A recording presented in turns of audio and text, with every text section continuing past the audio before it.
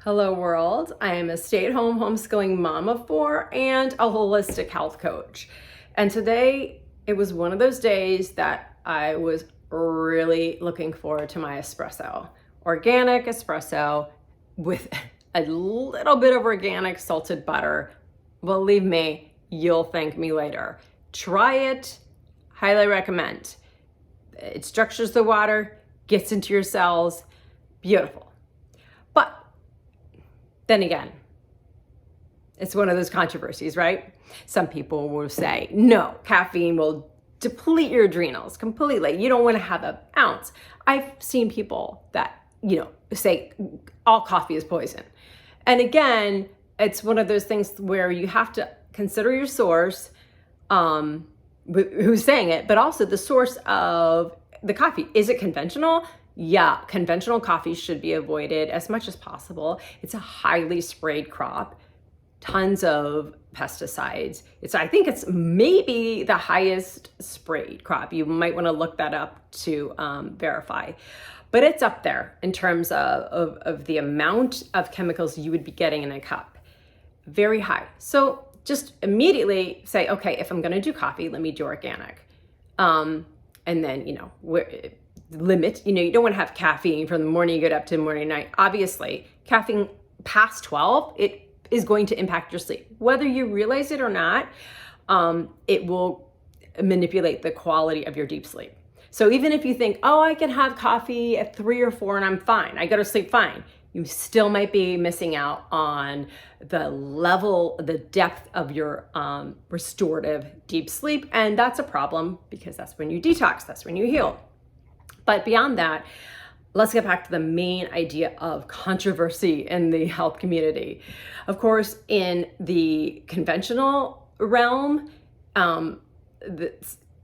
they have to be, any prescription medication has to be approved by the FDA. And so there's a rigorous process that goes into that.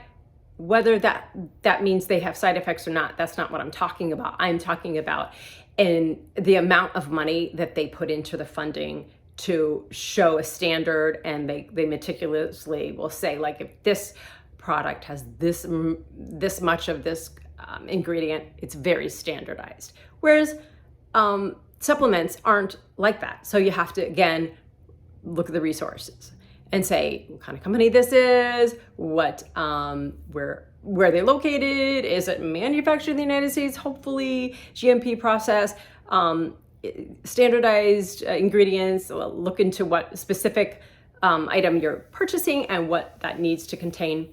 Just a lot of things to consider, and it's on the consumer to make sure.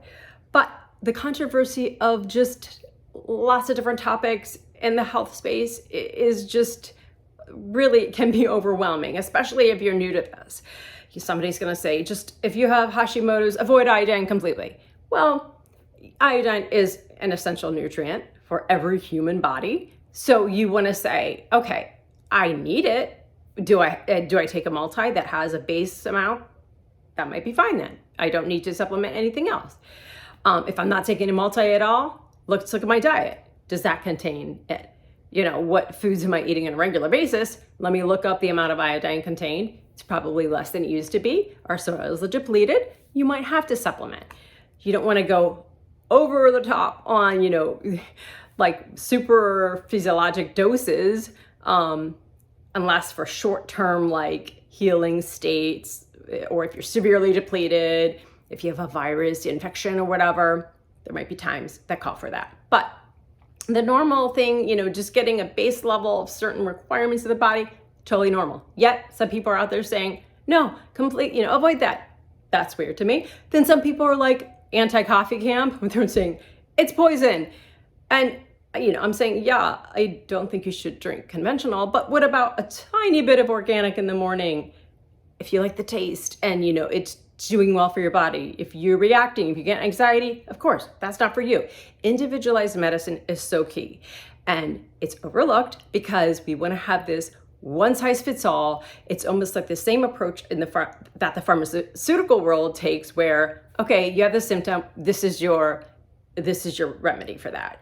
Instead of looking at the person as an overall holistic body and what they need specifically.